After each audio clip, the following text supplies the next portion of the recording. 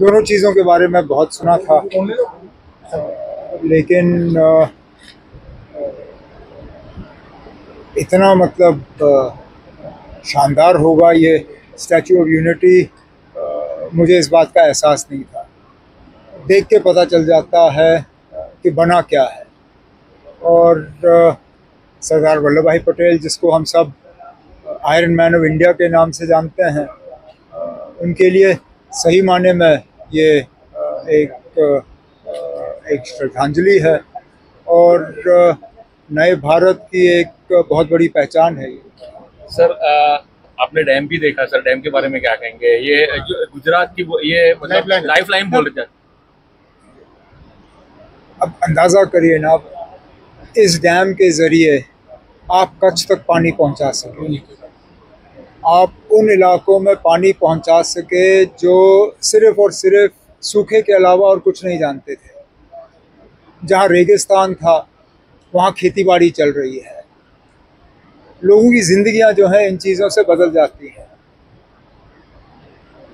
हमारी बदकिस्मती जम्मू कश्मीर में ये रही है कि हम इस तरह के प्रोजेक्ट कभी कंसीव कर ही नहीं पाए, क्योंकि हमें पानी रोकने की इजाज़त थी नहीं।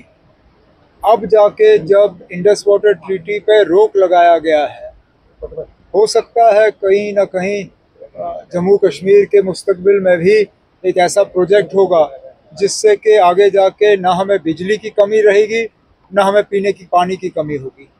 दोनों चीज़ों के बारे में बहुत सुना था, लेकिन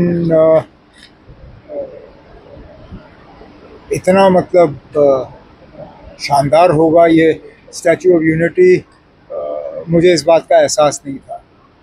देख के पता चल जाता है कि बना क्या है।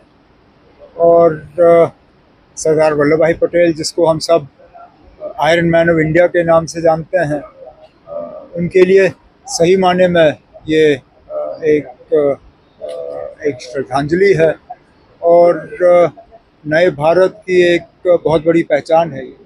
सर आपने डैम भी देखा, सर डैम के बारे में क्या कहेंगे? ये गुजरात की ये मतलब लाइफलाइन बोल रहे थे।